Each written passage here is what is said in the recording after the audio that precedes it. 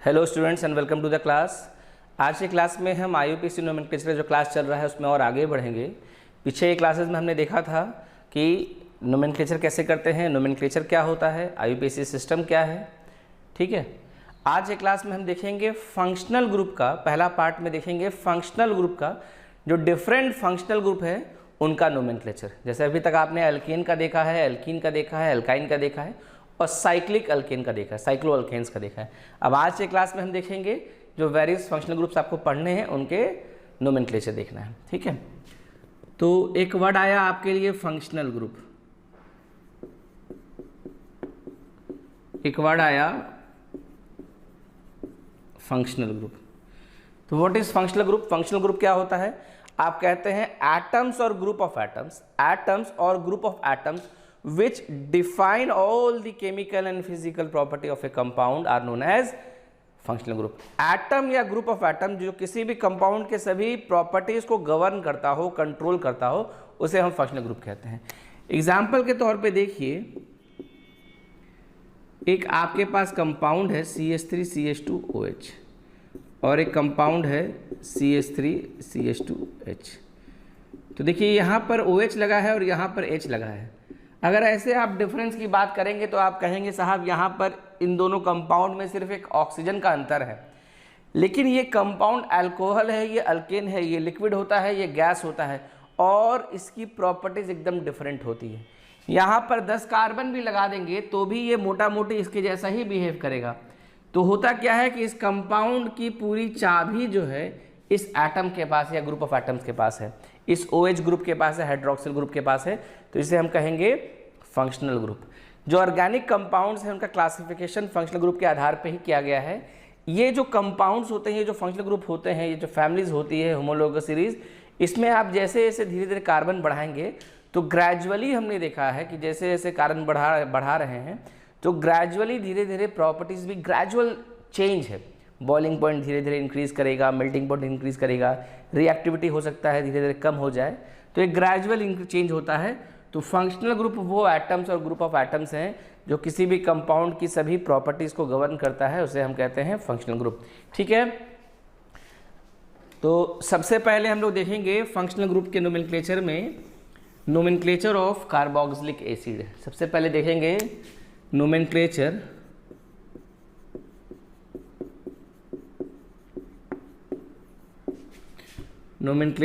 Of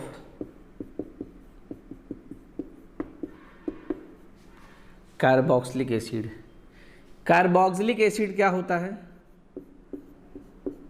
ये आपका होता है कार्बोक्सिलिक एसिड। ठीक है, RC≡OH, ये आपका कार्बोक्सिलिक एसिड है। कार्बोक्सिलिक एसिड में देखिए ये आपका फंक्शनल ग्रुप है COH ग्रुप, ठीक है, और ये आपका रेसिड्यू है जो अल्काइल ग्रुप है।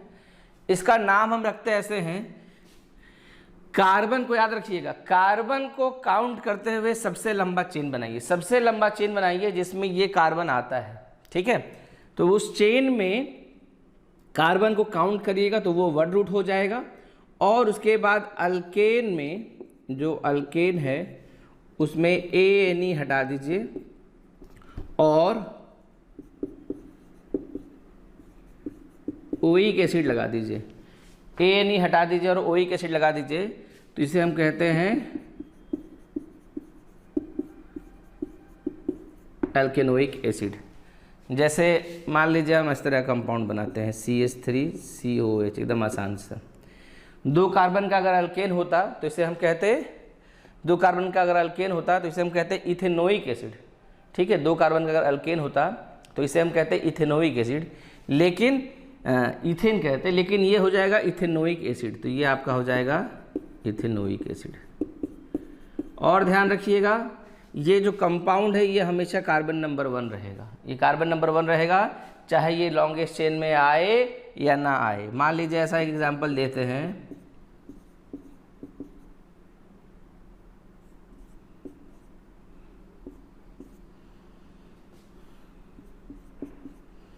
ठीक है, तो इस तरह की कंपाउंड का आप इस तरह का नोमेनक्लेचर करेंगे। ये आपका लॉन्गेस्ट चेन हो जाएगा। नंबरिंग उधर से करेंगे जिसमें आपका COH ग्रुप जो है वो कार्बन नंबर 1 रहेगा, याद रखिएगा। ये एक ऐसा फंक्शनल ग्रुप है जो टर्मिनल पोजीशन पे लगता है, जो आखिरी में लगता है, तो वो जो है वो कार्बन नंबर 1 होगा। तो जब वो कार्बन नंबर 1 होगा तो इसको हम देखेंगे कि ये 7 कार्बन का एसिड है, तो 7 का वर्ड रूट क्या होता है? Meth, eth, prop, but, pent, hex, hept. तो हेप्टेनोइक एसिड है जिसके 3 नंबर पे इथाइल ग्रुप है। तो आप इसको कहिएगा 3 इथाइल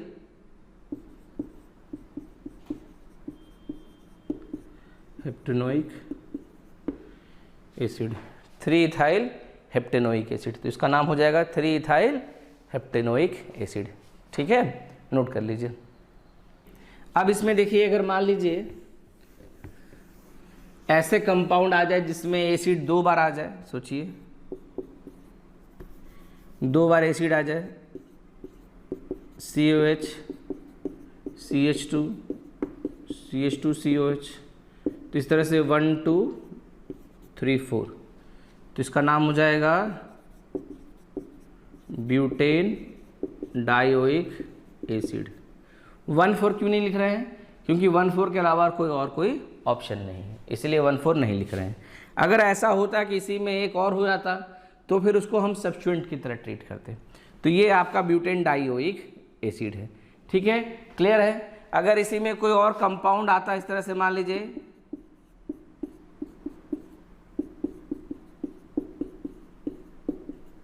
इस तरह का, मान लीजिए कंपाउंड आता, तो यहाँ पर देखिए 2 फंक्शनल ग्रुप है, एक आपका COH है कार्बोक्सिलिक एसिड और आपका एक कीटोन है।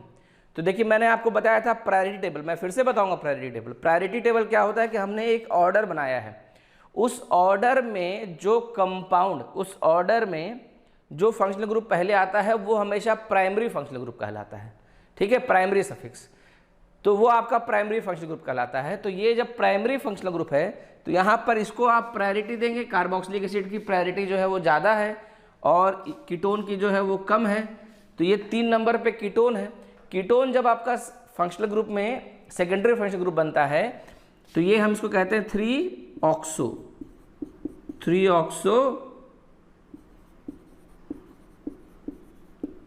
Butanoic acid. ठीक है, तो इस तरह के कंपाउंड का नाम होता है। ठीक, अब हम देखते हैं एसिड डेरिवेटिव्स का नोमेनक्लेचर। सबसे पहले हमने देखा कार्बोक्सिलिक एसिड का, अब देखते हैं, मैं एक एक करके सबका एग्जांपल दे देता हूं कि कार्बोक्सिलिक एसिड का नाम कैसे लिखेंगे, एसिड डेरिवेटिव कैसे लिखेंगे, अल्कोहल कैसे लिखेंगे, थायो अल्कोहल कैसे लिखेंगे, ईथर कैसे लिखेंगे, इन सब का एक बार एग्जाम्पल दे देता हूँ। और फिर हम लोग ऐसे कंपाउंड देखेंगे जब इसमें सब एक से ज़्यादा फंक्शनल ग्रुप भी आएंगे।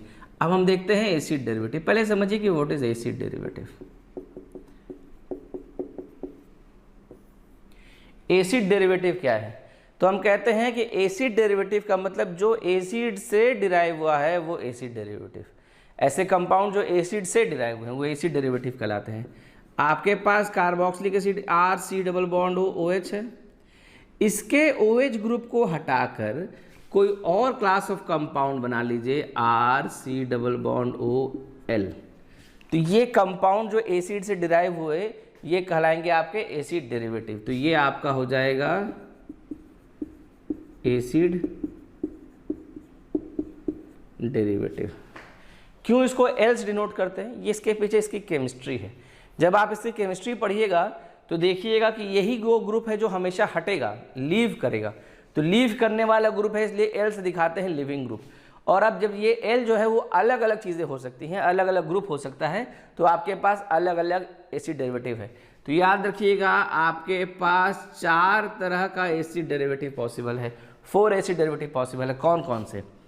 तो जब L जो है ये आपका हैलोजन रहेगा, हैलोजन में भी मैं क्लोरीन लिख रहा हूँ कि सबसे कॉमनली यही मिलता है, तो ये हो जाएगा RCOCl। नाम की बात करेंगे तो इस कंपाउंड का नाम हो जाएगा एसिड क्लोराइड, इसको कहेंगे एसिड क्लोराइड। एसिड क्लोराइड के बाद जैसे मान लीजिए अगर ये क्लोरीन है, अगर ये हो जाए आपका कार्बोक्सिलेट आयन, ये कार्बोक्सिलेट आयन कहाँ से बनता है? आपके पास कार्बोक्सिलिक एसिड है, कार्बोक्सिलिक एसिड से कार्बोक्सिलेट आयन बनता है। तो जब ये कार्बोक्सिलेट आयन होगा तो ये हो जाएगा RC double bond O C double bond O R dash. ठीक है, तो जब ये OH हट के ये ग्रुप लग जाएगा, यहाँ पर OH हट के ये वाला ग्रुप लग जाएगा L की जगह पे, तो ये हो जाएगा एसिड एनहाइड्राइड, एसिड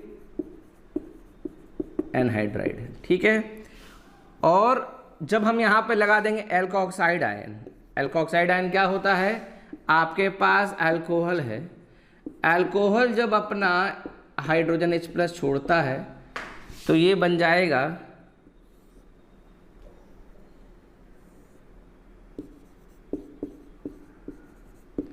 ये आपका बन जाएगा ईस्टर।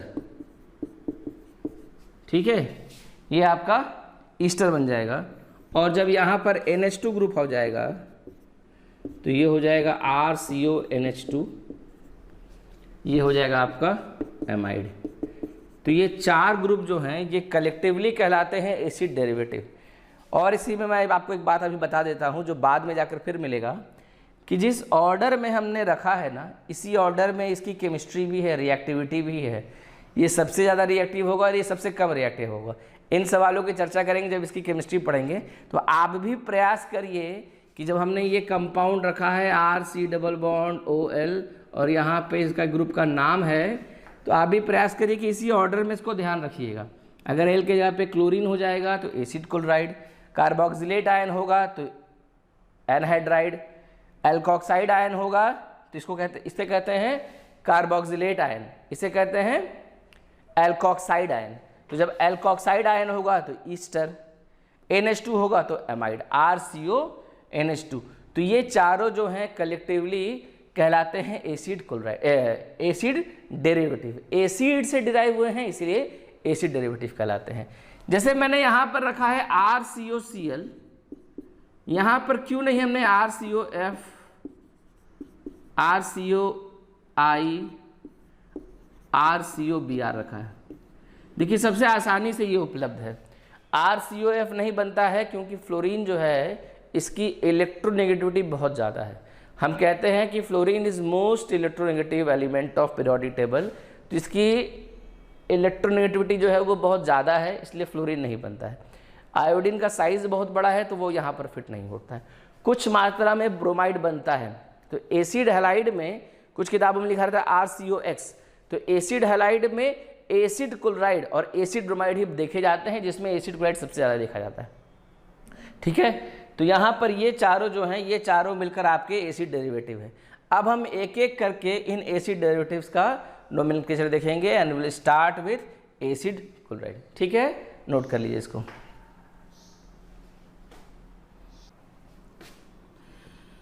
अब देखते हैं नोमेनक्लेचर ऑफ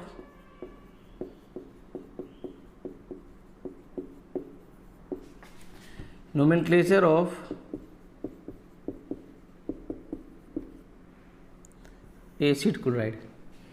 एसिड क्लोराइड का नोमेनक्लेचर देखना है RC double bond O Cl, RC double bond O Cl, acid chloride का नोमेनक्लेचर देखना है। तो पहले क्या करेंगे कि इसके पेरेंट एसिड के पास जाएंगे, जिस एसिड से ये बना है एल्केनोइक एसिड के पास जाएंगे। एल्केनोइक एसिड के नाम से ओइक एसिड हटा देंगे और यहाँ पर ऑयल क्लोराइड जोड़ देंगे, OYL, ऑयल क्लोराइड। तो ये नाम आपका हो जाएगा एल्केनॉयल क्लोराइड, ये नाम आपका हो जाएगा एल्केनॉयल क्लोराइड। एग्जाम्पल के तौर पे देखिए, आप लिखते हैं CH3 double bond O Cl, किस एसिड से बना होगा? इथेनोइक एसिड से। तो इथेनोइक एसिड से बना है इसलिए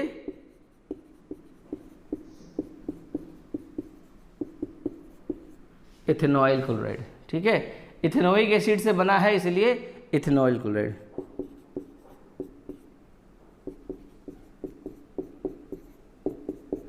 ये किस एसिड से बनेगा? ये प्रोपेनोइक एसिड से बनेगा। जब ये प्रोपेनोइक एसिड से बना है तो ये हो जाएगा आपका प्रोपेनाइल क्लोराइड। ठीक है, ये भी देखिए एक ऐसा फंक्शनल ग्रुप है जो हमेशा टर्मिनल पोजीशन पे लगता है। तो जब ये टर्मिनल पोजीशन पे लगता है तो हमेशा इसको कार्बन नंबर 1 रखेंगे। अगर अब यहीं पे कोई सब्स्टिट्यूएंट आ जाए इस तरह से CH3CH, मान लीजिए CH3 C double bond O Cl, तो ये कार्बन नंबर 1, ये कार्बन नंबर 2, ये कार्बन नंबर 3। ठीक है, अगर इससे ज़्यादा प्रायोरिटी ग्रुप आपके पास नहीं है तो सबसे पहले इसको ही प्रायोरिटी देंगे। तो ये 2 नंबर पे मिथाइल है और ये है प्रोपेनॉइल क्लोराइड। तो आप इसको लिखिएगा 2 मिथाइल प्रोपेनॉइल क्लोराइड, 2 मिथाइल प्रोपेनॉइल क्लोराइड। ठीक है, अब हम देखते हैं, इसके बाद देखते हैं एनहाइड्राइड का nomenclature. Nomenclature of acid anhydride. आप कहते हैं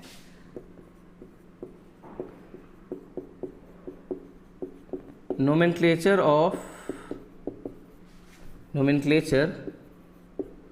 of एसिड एनहाइड्राइड। एनहाइड्राइड क्या होता है? एनहाइड्राइड आपका होता है, आपके पास ये कार्बोक्सिलिक एसिड है।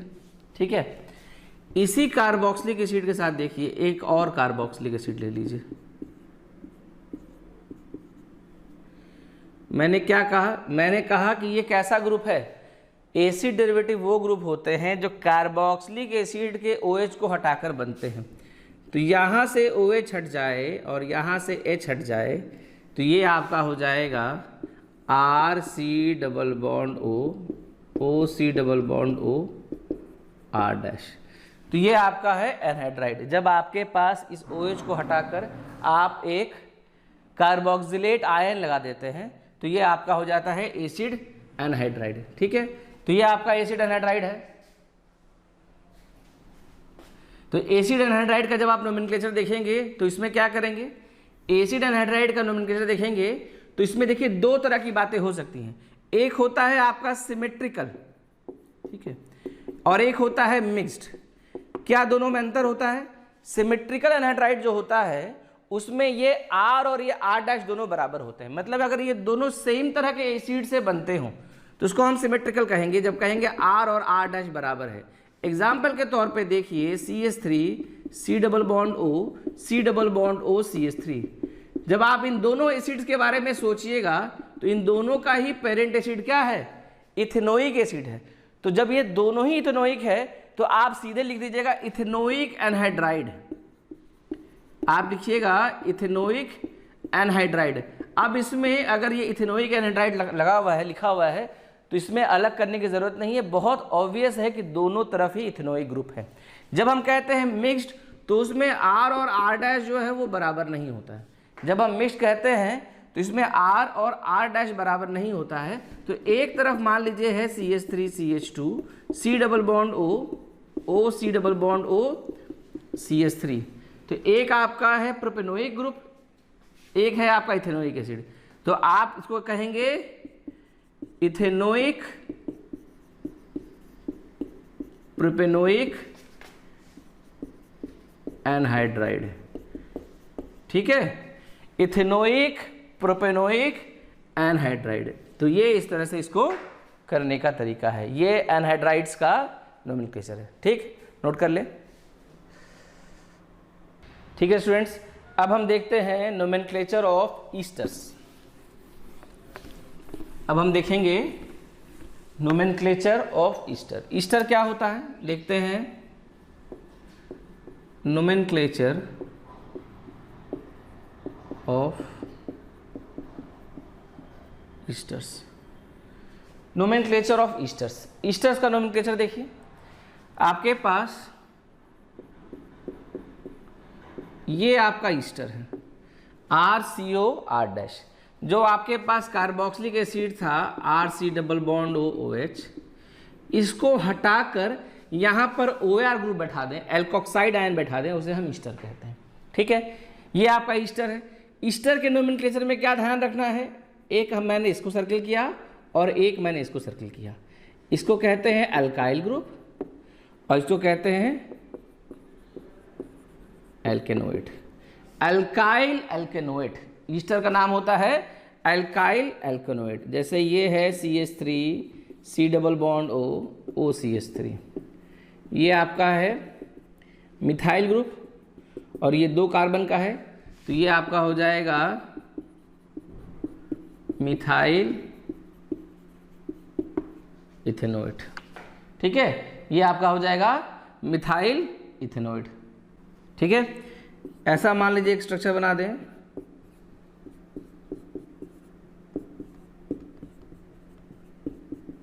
ये देखिए, ये आपका ये क्या हो जाएगा आपका, ये आपका इथाइल ग्रुप हो जाएगा। और अब हम क्या करेंगे, इसमें भी हम लॉन्गेस्ट चेन खोजने का प्रयास करेंगे। तो आपने लॉन्गेस्ट चेन देखा, तो ये कार्बन नंबर 1, ये 2, ये 3, ये 4, तो 2 नंबर पे इथाइल है और ये आपका इथाइल है। ठीक है, तो इसको हम लिखेंगे इस तरह से, पहले लिखेंगे इथाइल और फिर लिखिएगा 2 इथाइल। देखिए, ये इथाइल, पहला इथाइल इसके लिए है, ठीक है, और 2 इथाइल जो है वो आपके मेन चेन में जो सब्स्टिट्यूएंट है वो इसके लिए है। तो इथाइल 2 इथाइल, अब यह है 1 2 3 4 कार्बन का, तो ये हो जाएगा 2 इथाइल ब्यूटेन OH। ठीक है, तो यहाँ पर हमने पहले इथाइल इसके लिए रखा और फिर इसका कार्बन चेन में 2 इथाइल, 2 नंबर कार्बन पे एक सब्स्टिट्यूएंट है इथाइल, तो इथाइल 2 इथाइल ब्यूटेन OH। ठीक है, क्लियर है। ये आपका है ईस्टर। ईस्टर का नाम ऐसे करते हैं। तो मैं क्या कर रहा हूँ, मैं प्रयास ये कर रहा हूँ कि सारे क्लास ऑफ कंपाउंड जितने भी आपके फंक्शनल ग्रुप है सबका एक एक करके आप नोमेनक्लेचर देख लीजिए। ठीक है, नोट कर लीजिए। अब देखते हैं जो चौथा एसिड डेरिवेटिव है वो है अमाइड्स। ठीक है, तो अब हम देखेंगे नोमेनक्लेचर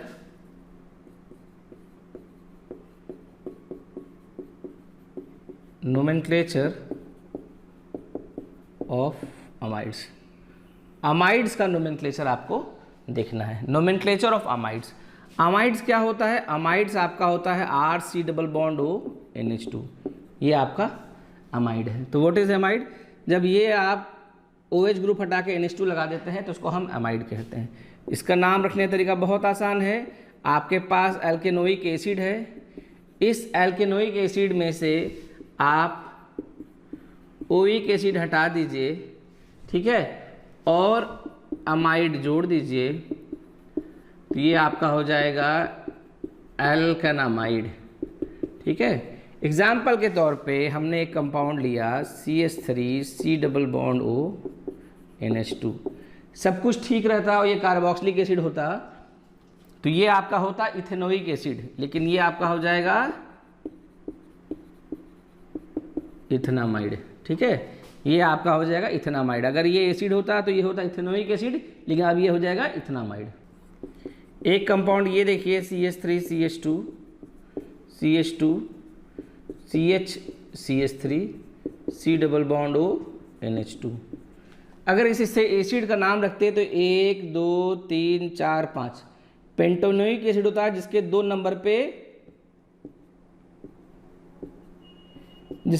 पे मिथाइल होता है, तो इसको हम कहते हैं 2 मिथाइल पेंटेनोइक एसिड। तो इसे 2 मिथाइल पेंटेनोइक एसिड नहीं कहेंगे, इसे कहेंगे 2 मिथाइल पेंटानामाइड। ठीक है, तो इसका नाम हो जाएगा 2 मिथाइल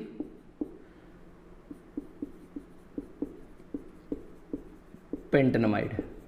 तो ये आपका हो जाएगा 2 मिथाइल पेंटानामाइड। ठीक है, तो इस तरह से हम इस कंपाउंड को लिख सकते हैं। ठीक है, ये आपके अमाइड्स में है। अमाइड्स में देखिए एक बात और समझनी है, एक बात जो समझनी है, एक बार नोट कर इसको। एक बात और जो समझनी है वो क्या समझनी है, जैसे आपको सोचिए मैंने एक कंपाउंड दिया CH3 C double bond O NHCH3, इसके एक कार्बन को हटाकर, एक हाइड्रोजन को हटाकर हमने यहाँ पर इसको एक CH3 ग्रुप बैठा दिया। तो ये देखिए आपका एक सेकेंडरी अमाइड है। ठीक है, ये सेकेंडरी अमाइड का नाम कैसे रखेंगे, अगर सब कुछ ठीक रहता है तो इस कंपाउंड का नाम होता है इथेनामाइड। तो हम इसी में एक आगे लगा देंगे कि N के साथ एक मिथाइल लगा है, N मिथाइल 2 कार्बन का है तो इथेनामाइड। बात समझ आई क्या? हमने कहा कि अगर सब कुछ ठीक रहता तो ये अमाइड अगर ऐसा होता, ये होता है इथेनामाइड। तो ये जो इथेनामाइड है ना, इसके एक हाइड्रोजन को हटाकर यहाँ पर एक मिथाइल ग्रुप लगा दिया गया है, तो N methyl ethanamide, N methyl ethanamide. ठीक है, क्लियर है सब लोग को? तो ये आप इस तरह से जो सेकेंडरी अमाइड्स होते हैं, अब सेकेंडरी अमाइड क्या होते हैं ये भी जान लीजिए। जहाँ पर ये R C double bond NH2 होगा, ये आपका हो जाएगा 1 डिग्री अमाइड। ठीक, जब आप एक हाइड्रोजन को हटाकर यहाँ पर एक ये लगा दीजिएगा तो ये हो जाएगा 2 डिग्री अमाइड, और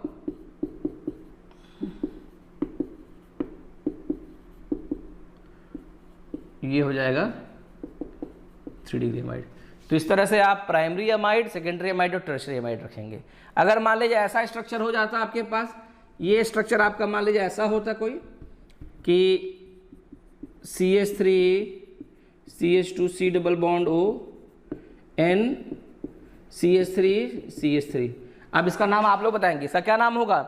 ये देखिए सब कुछ ठीक होता तो ये प्रोपेनोइक एसिड से बना है तो प्रोपेनामाइड होता, लेकिन इसके N के साथ 2 मिथाइल लगे हैं तो N डाई मिथाइल प्रोपेनामाइड। इसका नाम हम रखेंगे N, डाई मिथाइल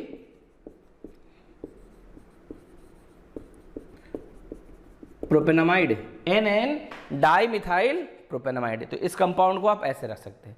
ठीक है, NN डाई मिथाइल प्रोपेनामाइड। क्लियर है?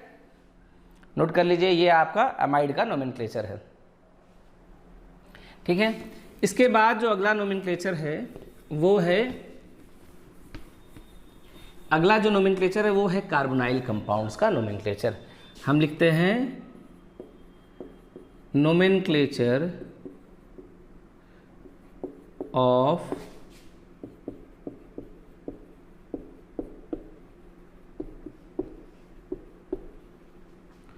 Carbonyl compounds.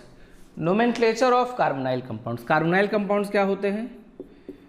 इस तरह के ग्रुप को हम कार्बोनाइल कंपाउंड्स कहते हैं। ठीक है, याद रखिएगा यहाँ पर ये R' और R और R' या तो अल्काइल ग्रुप हों, ठीक है, या फिर हाइड्रोजन हो। इसके अलावा कुछ और हो जाएगा तो वो कार्बोनाइल कंपाउंड नहीं कहलाएगा। इसके अलावा क्या हो सकता है? इसके अलावा अगर OH हो जाएगा तो कार्बोक्सिलिक एसिड, अभी आपने देखा। इस OH को हटाकर 4 और कंपाउंड बन सकते हैं। एसिड डेरिवेटिव बन सकता है, एसिड क्लोराइड बन सकता है, एनहाइड्राइड बन सकता है, ईस्टर बन सकता है, एमाइड बन सकता है। लेकिन ये अगर R और R' आपका अल्काइल ग्रुप या हाइड्रोजन रहता है तो वैसे कंपाउंड को हम कार्बोनाइल कंपाउंड कहते हैं।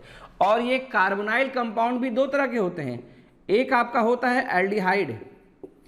एल्डिहाइड में ये बात तय हो जाती है कि कम से कम एक जो है ये हाइड्रोजन हो, जिसके पास R C डबल बॉन्ड हो H, ये ग्रुप आता है, इसको हम एल्डिहाइड कहते हैं। और कीटोन क्या होता है? कीटोन में ये बात तय होती है कोई भी हाइड्रोजन नहीं हो। आप R और R' दोनों के लिए कह देते हैं कि भाई हाइड्रोजन नहीं हो सकता है। अगर ये हाइड्रोजन नहीं होगा तो इसको हम कीटोन कहेंगे। तो एक एल्डिहाइड हो गया, एक कीटोन हो गया। प्रायोरिटी टेबल में याद रखिएगा एल्डिहाइड की प्रायोरिटी जो है वो कीटोन से ज़्यादा होती है। ठीक है, तो ये हम समझ रहे हैं कार्बोनाइल कंपाउंड क्या होता है। अब हम एक बार करके कीटोन का और फिर एल्डिहाइड का, एक बार एल्डिहाइड का और फिर कीटोन का नाम लिखना दिखाएंगे। एक बार आप लोग उसको नोट कर लीजिए। ठीक है, मैं बार बार बोलता हूँ कि जब वीडियो लेक्चर चल रहे हैं तो बीच में रोक कर नोट कर लिया करिए। ठीक, अब हम देखते हैं कि एल्डिहाइड्स का नाम कैसे होता है।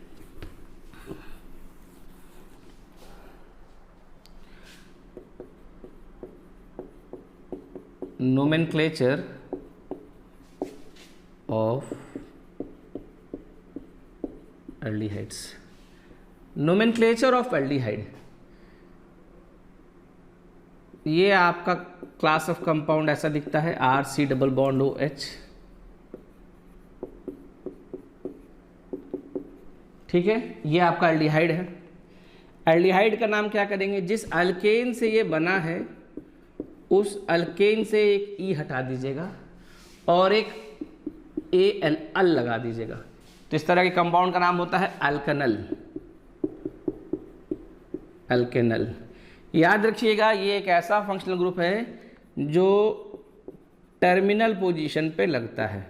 कहने का मतलब ये है कोई ऐसा और फंक्शनल ग्रुप ना हो जिसकी प्रायोरिटी से ज़्यादा है। अगर ऐसा ना हो तो ये टर्मिनल पोजीशन पे हमेशा कार्बन नंबर 1 पे आता है। कहते हैं कि जहाँ से हम खड़े हो रहे हैं लाइन वहीं से बन रही है, तो ये टर्मिनल पोजीशन पे लगता है। जैसे इसका पहला member HC double bond OH, ये मीथेन होता है एक कार्बन का, तो ये हो जाएगा मिथेनल। दूसरा member CH3C double bond OH, ये आपका हो जाएगा इथेनल। तो methanal, ethanal, propanal, butanal, pentanal, hexanal, heptanal, octanal, nonal, decanal. तो इस तरह से इस कंपाउंड का नाम होता है। अगर इसमें भी ब्रांचिंग हो जाए तो क्या करेंगे? अगर मान लीजिए कंपाउंड इस तरह का हो जाए, CH3 CH3 C double bond OH, तो ये पहला कार्बन, ये दूसरा कार्बन, ये तीसरा कार्बन, एक चलिए एक कार्बन और बढ़ा देते हैं, तो ये चौथा कार्बन। तो 2 नंबर कार्बन पे क्या है?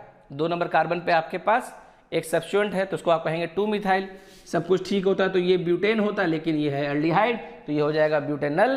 तो 2 मिथाइल ब्यूटेनल, तो इस कंपाउंड का नाम हो जाएगा 2 मिथाइल ब्यूटेनल। तो इसका नाम हो जाएगा 2 मिथाइल ब्यूटेनल। ठीक है, तो इस तरह से इस कंपाउंड का नाम हम रखते हैं। ठीक है, एक कंपाउंड और देखिए, CH3C double bond O, CH2C double bond OH। देखिए यहाँ पर 2 फंक्शनल ग्रुप है, एक आपके पास एल्डिहाइड है और एक आपके पास कीटोन है। मैंने आपको बताया एल्डिहाइड और कीटोन में किसकी प्रायोरिटी ज़्यादा होती है? एल्डिहाइड की प्रायोरिटी ज़्यादा होती है। तो ये एल्डिहाइड कार्बन नंबर 1 पे होगा, भाई इसकी प्रायोरिटी ज़्यादा है, तो ये पहला कार्बन है। ये आपका सेकेंडरी फंक्शनल ग्रुप हो जाएगा। तो जो सेकेंडरी फंक्शनल ग्रुप होता है वो आपका आ जाता है प्रीफिक्स में, मतलब नाम के पहले। जैसे आप लिखते हैं श्री नरेंद्र मोदी, आजकल यही चल रहा है, तो ये एग्जाम्पल दे रहे हैं। नरेंद्र आप समझिए कि उनका वर्ड रूट है, वो ये बताएगा कि किस कंपाउंड में कितने कार्बन है। मोदी सफिक्स है, और जो नाम के पहले लगा वो प्रीफिक्स है। सफिक्स में हम लोग क्या बताते हैं? सफिक्स में हम बताते हैं फंक्शनल ग्रुप जो प्राइमरी है, और प्रीफिक्स में हम लगाते हैं वो ऐसे फंक्शनल ग्रुप जो आपके सेकेंडरी फंक्शनल ग्रुप हैं, वो प्रीफिक्स में लगाते हैं, सब्स्टिट्यूएंट लगाते हैं प्रीफिक्स में। तो यहाँ पर ये अब ये प्राइमरी नहीं होकर सेकेंडरी फंक्शनल ग्रुप हो जाएगा। अगर ये नहीं होता तो भाई इसी के पास सारा पावर होता, लेकिन अब इसके पास पावर कम है, इसके पास पावर ज़्यादा है। तो 3 नंबर पे ये है, तो इसका हो जाएगा 3 ऑक्सो, 4 कार्बन का है, तो ये हो जाएगा ब्यूटेनल, 3 ऑक्सो ब्यूटेनल। ये इस कंपाउंड का नाम इस तरह से लिख सकते हैं। तो ये काम हो गया आपका एल्डिहाइड का नोमेनक्लेचर। अब एल्डिहाइड का नोमेनक्लेचर एक बार आप लोग नोट कर लीजिए। ठीक है, तो अब हम देखते हैं nomenclature of ketones. Nomenclature of ketones,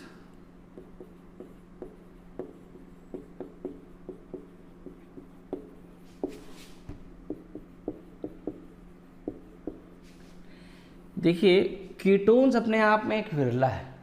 जितने भी क्लास ऑफ कंपाउंड आपने देखे थे वो 1 कार्बन से शुरू होते थे, कुछ ऐसे थे जो 2 से शुरू होते थे, 1 से शुरू होने वाला मीथेन, 1 से शुरू होने वाला अल्कोहल, 1 से शुरू होने वाला एसिड कार्बोक्सिलिक एसिड।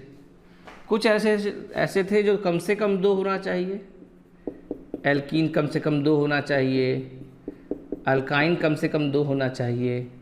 ठीक है, ईथर में भी कम से कम 2 होना चाहिए। मेरी जानकारी में कीटोन अकेला ऐसा फंक्शनल ग्रुप है जिसमें कम से कम 3 कार्बन हो तो कहानी की शुरुआत होती है। तो जो पहला मेंबर है कीटोन का वो है CH3C double bond O CH3। तो जो पहला मेंबर है वो ये है, ये पहला मेंबर है। ठीक है, और ये कमर्शियली बहुत इंपॉर्टेंट कंपाउंड है। इसका कॉमन नेम है एसीटोन। कुछ कॉमन नेम इतने पॉपुलर हो जाते हैं कि इनको हर जगह कॉमन नेम से ही जाने जाते हैं। किसी का नाम बंटी पप्पू राजू पड़ गया तो लोग उसको उसी नाम से ज़्यादा जानते हैं। ठीक है, ये आपका है एसीटोन, और एसीटोन का जो नाम होगा वो हो जाएगा प्रोपेनोन। ठीक है, इसका नाम कैसे रखेंगे? इसका नाम रखेंगे कि अल्केन में एन हटाकर ओन लगा दीजिए, तो ये हो जाएगा अल्केनोन। ठीक है, क्यों 3 कार्बन की आवश्यकता पड़ गई? 3 कार्बन की आवश्यकता इसलिए पड़ गई क्योंकि इस जगह पर अगर रखते टर्मिनल पोजीशन पे तो ये कीटोन रहता ही नहीं, एल्डिहाइड हो जाता। तो कीटोन के पास सब कम से कम दोनों तरफ एक एक कार्बन होने चाहिए, ठीक है। तो ये आपका हो गया एल्केनोन। क्लियर है सब लोग को? बात समझ में आ गई? कैसे नाम रखेंगे एल्केनोन में? मैंने पहला मेंबर देखा, आप लोग को बताया, पहला मेंबर प्रोपेनोन है। मान लीजिए एक मेंबर बढ़ा देते हैं इस तरह से, CH3 C double bond O, CH2 CH2 CH3। उधर से नंबरिंग करना पसंद करिएगा जिधर से ये ग्रुप पहले पहुंचता है। तो इस कंपाउंड का नाम होता है 2 पेंटेनोन या पेंटेन 2। देखिए इसमें भी कुछ विवाद है, कुछ किताबों में ऐसा लिखा होता है, कुछ किताबों में ऐसा लिखा होता है। तो जब किताबों में ऐसा लिखा होता है 2 पेंटेनोन पेंटेन 2 ओन, तो इस बात को समझिए कौन सी बात मानी जाएगी, दोनों ही सही है। ये है आपका 1970 रिकमेंडेशन और ये है आपका 1993 रिकमेंडेशन। जैसे संविधान बनता है, तो जब संविधान बन रहा था तभी लोगों को ये बात समझ में आ गई कि कुछ बातें ऐसी हैं जो हम लोग आज नहीं देख पा रहे हैं। कुछ समस्याएं जो है समय के साथ आएंगी, है ना। कुछ कानून में बदलाव बाद में आए, तो उनको हमने संविधान में कहा कॉन्स्टिट्यूशनल अमेंडमेंट या संविधान संशोधन, ठीक है। जो संशोधन IUPAC के रूल्स में होता है उसे हम कहते हैं रिकमेंडेशन, और वो उस साल के साथ चलता है। तो this is 1993 recommendation, this is 1970 recommendation. तो रिकमेंडेशन जो है उसको हम संशोधन कहते हैं, दोनों ही सही है, ये ज़्यादा नया है, ज़्यादा अच्छा है, ठीक है। तो इस कंपाउंड का नाम हो जाएगा, 2 नंबर कार्बन पे है तो पेंटेन 2 ओन, 3 पे होता तो पेंटेन 3 ओन, 4 पे होता तो पेंटेन 4 ओन। पेंटेन 4 ओन नहीं बना सकते थे, देखिए कैसे।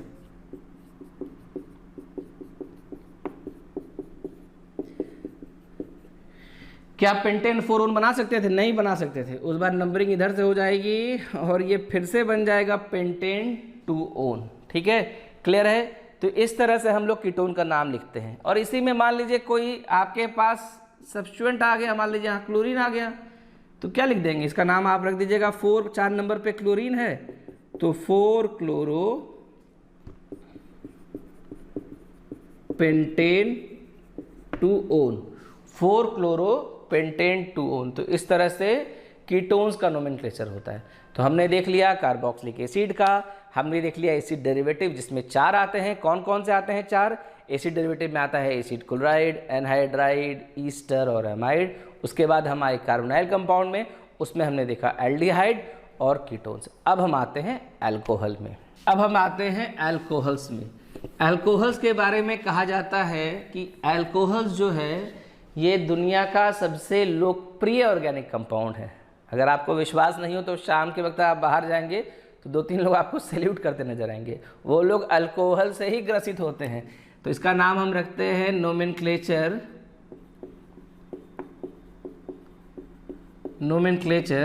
Of alcohols, nomenclature of alcohols. Alcohols का नोमेनक्लेचर देखना है। तो अल्कोहल्स का नोमेनक्लेचर क्या करना है? अल्केन जिससे अल्कोहल बनता है उसका ई हटाकर उसमें ओ लगा देते हैं, तो ये आपका हो जाता है एल्केनोल, ठीक है। जैसे ये आपका है CH3 CH2OH, 2 कार्बन का अल्केन होता तो इथेन होता, इथेन नहीं होकर हो जाएगा इथेनॉल। इस तरह का है, मान लीजिए CH3 CH, यहाँ पर लगा दीजिए Br CH2 CH2OH। तो ये उधर से नंबरिंग करिएगा जिधर से आपका OH ग्रुप सबसे पास पड़ता है। तो OH ग्रुप इधर से पास पड़ा तो 3 नंबर पे ब्रोमीन है, तो ये हो जाएगा 3 ब्रोमो। और ये क्या है? ये है आपका ब्यूटेनॉल, ब्यूटेन 1 ओल। क्या 2 नंबर पे भी आ सकता है? बिल्कुल आ सकता है। ये आपके पास है CH3 CHBr, ठीक है, OH CH3। अब देखिए आपका ये OH जो है ये 2 नंबर पे है। आप इधर से चलेंगे कि इधर से चलेंगे? इधर से चलेंगे तो 2 नंबर पे है, इधर से भी 2 नंबर पे है, लेकिन हम इधर से चलना पसंद करेंगे। क्यों? दोनों तरफ से OH 2 नंबर पे है, लेकिन इधर से ब्रोमीन पास पड़ रहा है, तो इस बार ब्रोमीन की वजह से OH में सिंस दोनों तरफ से बराबर है तो ये हो जाएगा 2 ब्रोमो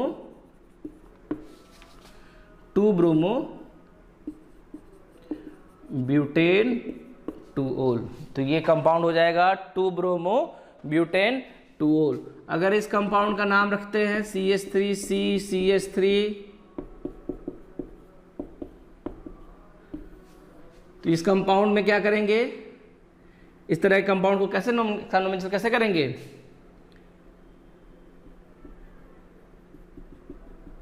बस इस तरह से है 2 मिथाइल 2 प्रोपेनॉल।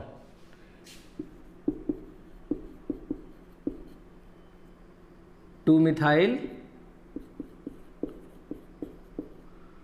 प्रोपेन 2-ओल। तो ये हो गई कहानी, ये हो गई दुनिया अल्कोहल्स की। तो हमने अल्कोहल का नोमेनक्लेचर देखा। अब अल्कोहल के नोमेनक्लेचर के बाद एक बार नोट करो जल्दी से। अल्कोहल के नोमेनक्लेचर के बाद अब हम देखेंगे ईथर्स का नोमेनक्लेचर। ईथर क्या होता है, देखिए नोमेनक्लेचर ऑफ ईथर्स, नोमेनक्लेचर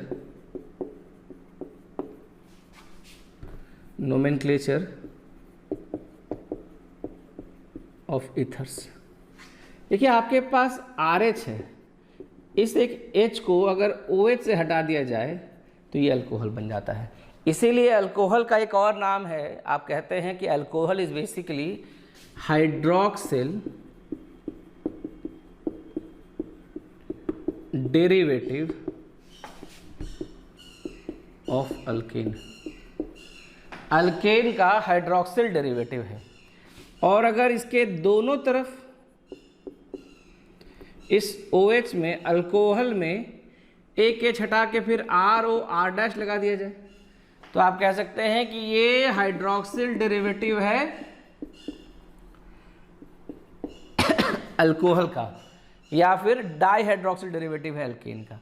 तो ये हाइड्रोक्सिल डेरिवेटिव है अल्कोहल का। तो ये आपका है आपका ROR', ये आपका है ईथर्स। ईथर्स का नाम कैसे होता है, ईथर्स का नाम रखते हैं एल्कोक्सी अल्केन। ठीक है, एल्कोक्सी अल्केन कैसे रखेंगे, सोचिए CH3 CH2 OCH3। ऐसा एक क्लास ऑफ कंपाउंड आपने देखा था, हमने ईस्टर देखा था, लेकिन ईस्टर में कोई दिक्कत नहीं थी कि दोनों तरफ अलग अलग तरह के ग्रुप थे। यहाँ पर ये जो लिंकेज था ऑक्सीजन के इस पार वाला हमेशा इधर काउंट किया जाता था, लेकिन इस बार तो एक जैसा ग्रुप है। तो इस कंपाउंड का नाम ध्यान से देखिएगा, इस कंपाउंड का नाम मिथॉक्सी ईथेन होगा या इथॉक्सी मीथेन होगा।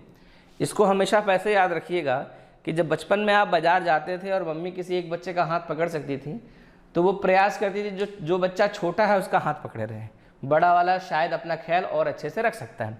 तो यहाँ पर ये छोटा वाला जो ग्रुप है वो एल्कोक्सी में जाएगा, तो इस कंपाउंड का नाम हो जाएगा मिथॉक्सी ईथेन।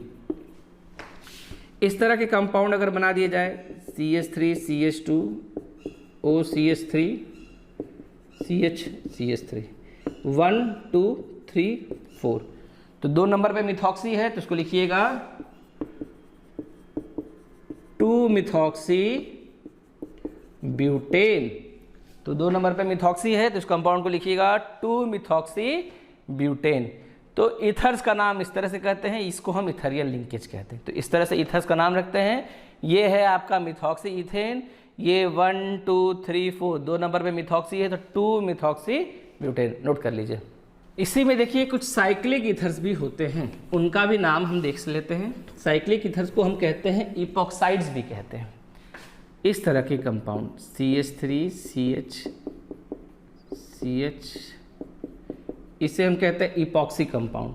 तो यहाँ 1 2 3 4 2 और 3 पे इपॉक्सी है तो 2 3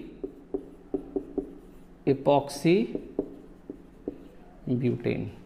सिर्फ ऐसा होता तो हम इसको कहते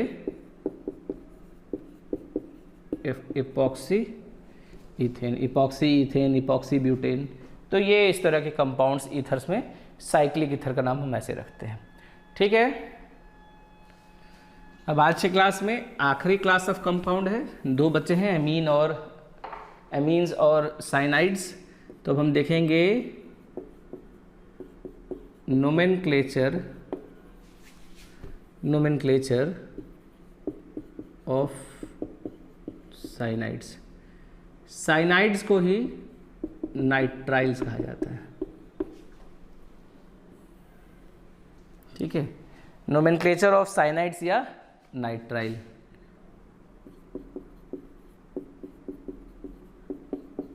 ये भी देखिए ऐसा क्लास ऑफ कंपाउंड है जो आखिरी पोजीशन पे लगता है और इसके कार्बन को काउंट करते हैं।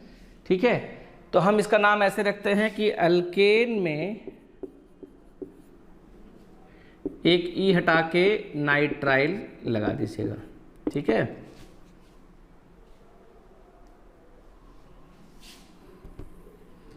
हम इसका नोमेनक्लेचर ऐसे देखते हैं कि अल्केन में नाइट्राइल लगा दीजिएगा, ये हो जाएगा आपका अल्केन नाइट्राइल। ये कंपाउंड हो जाएगा प्रोपेन नाइट्राइल। एक कंपाउंड है CH3CHBr CH2CN, तो 1 2 3 4, 3 नंबर पे ब्रोमो है, तो इसको लिखिएगा 3 bromo butane nitrile. 3 bromo butane nitrile, ये नाम है आपका साइनाइड्स का। ठीक है, साइनाइड्स के बाद जो आखिरी टॉपिक है आज के लिए वो है नोमेनक्लेचर ऑफ एमीन्स। एमीन्स की नोमेनक्लेचर में थोड़ी सी कहानी अच्छी है। ठीक है, इसको एक बार नोट कर लीजिएगा।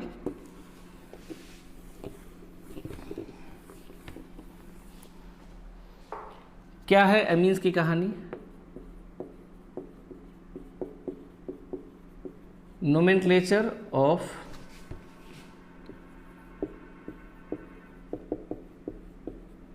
एमीन्स।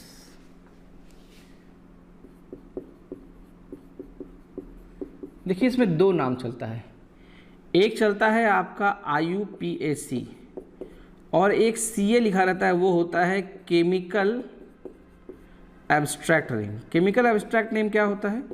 कुछ ऐसे नाम हैं जो केमिस्ट द्वारा प्रचलन में थे और इतने लोकप्रिय हो गए कि उस नाम से भी जानते हैं। तो इस कंपाउंड का IUPAC नेम क्या होगा और केमिकल एब्स्ट्रैक्ट नेम क्या होगा? IUPAC नेम होगा 1-अमीनो इथेन और केमिकल एब्स्ट्रैक्ट नेम होगा इथनामीन। ठीक है,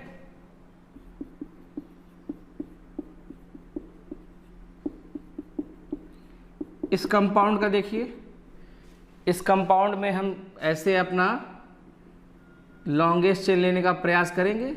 ये आपका लॉन्गेस्ट चेन है, इसमें 1 2 3, तो इसका नाम हो जाएगा 2-मिथाइल 2-अमीनो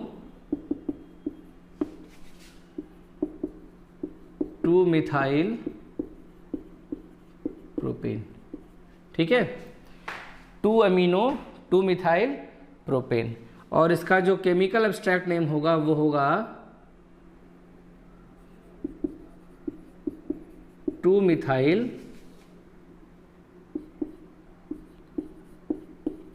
प्रोपेन 2-अमीन या 2-प्रोपेनामीन।